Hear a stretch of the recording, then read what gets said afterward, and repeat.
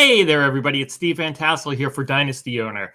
And we've got another exciting video to talk today. We're going to talk to you about the information in my latest article that we just posted. And that article is all about some contract extensions and restructuring.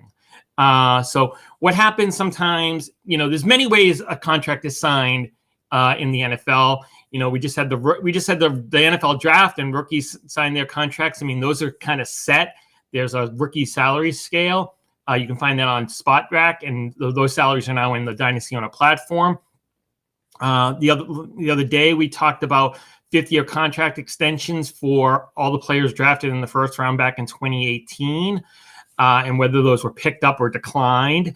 That's a special circumstance just for first rounders.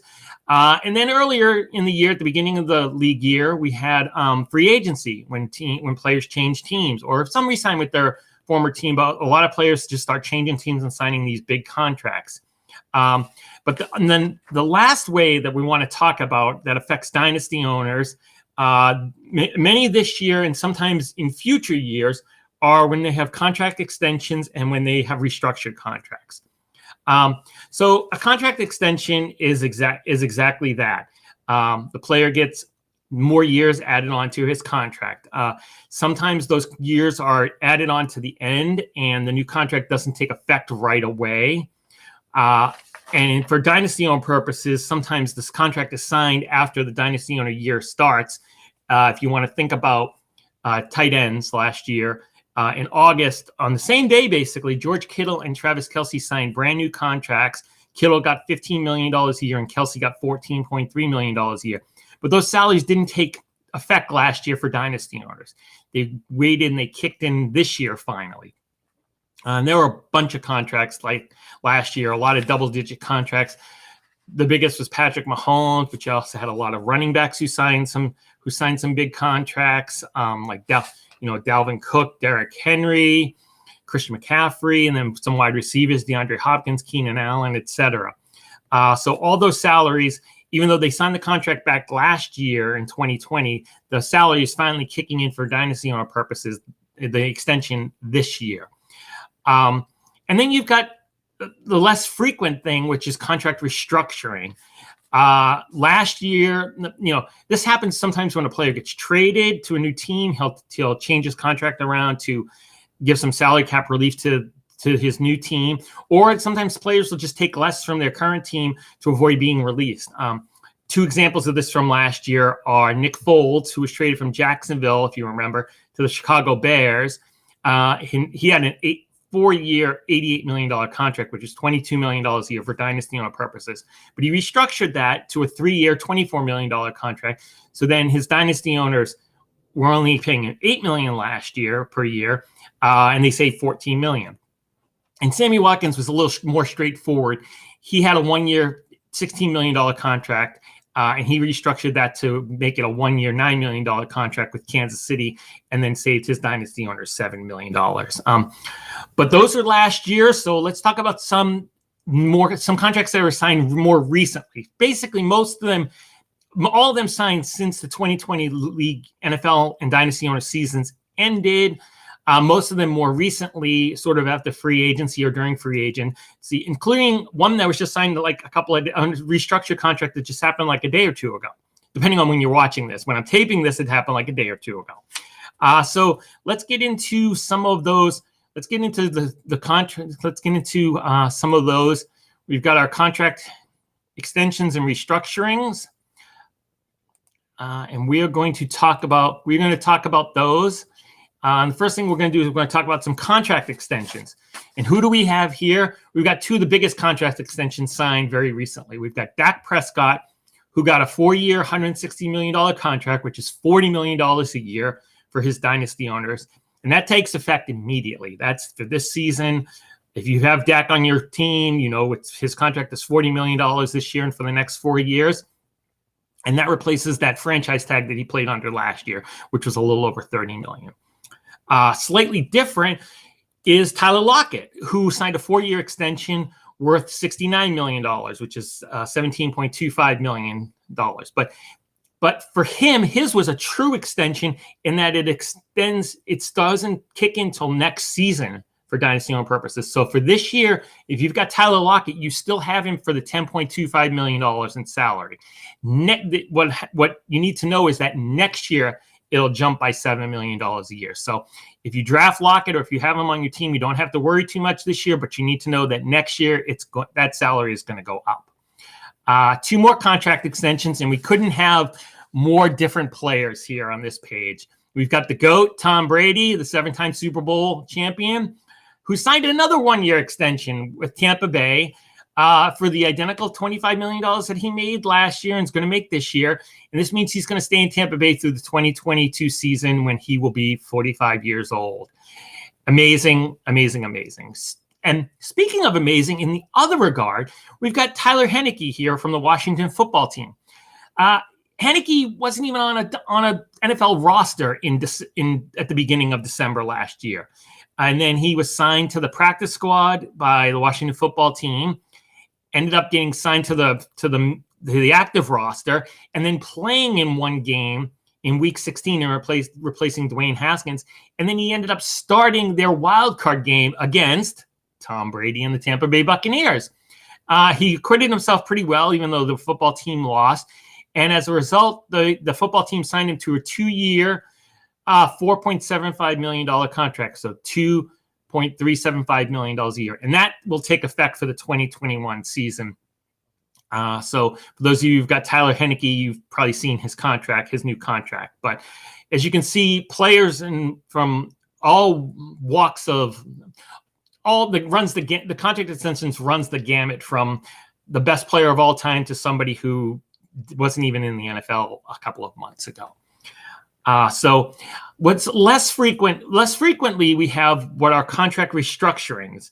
And as we mentioned, that's when somebody will take less money, almost always less money, to either stay with their current team. Sometimes it's after they've been traded, or sometimes it's just that their contract is too much. And the team wants some salary cap relief, and so the player agrees to restructure the contract. So we've got a bunch here. The top 3 here that we're going to talk about are David Johnson, from the running back for the Houston Texans. Back when he was on Arizona, he signed a 3-year, $39 million contract, which is $13 million a year for dynasty owner purposes. And then he was traded to the Houston Texans. Last year, he played under that $13 million contract, and this year he was going to have a $13 million contract. But he restructured that deal, and now is only going to be paid $5 million. His salary will be $5 million this year for dynasty owners. So that's $8 million saved if you're one of his dynasty owners. If you have Ben Roethlisberger, you've saved even more.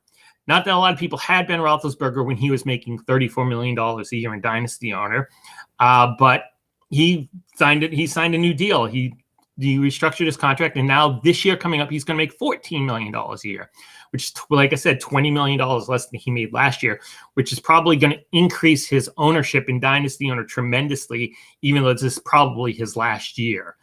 Because he was a number 13th ranked quarterback last year in dynasty owner, but at a $34 million salary, that was cost prohibitive for most dynasty owners.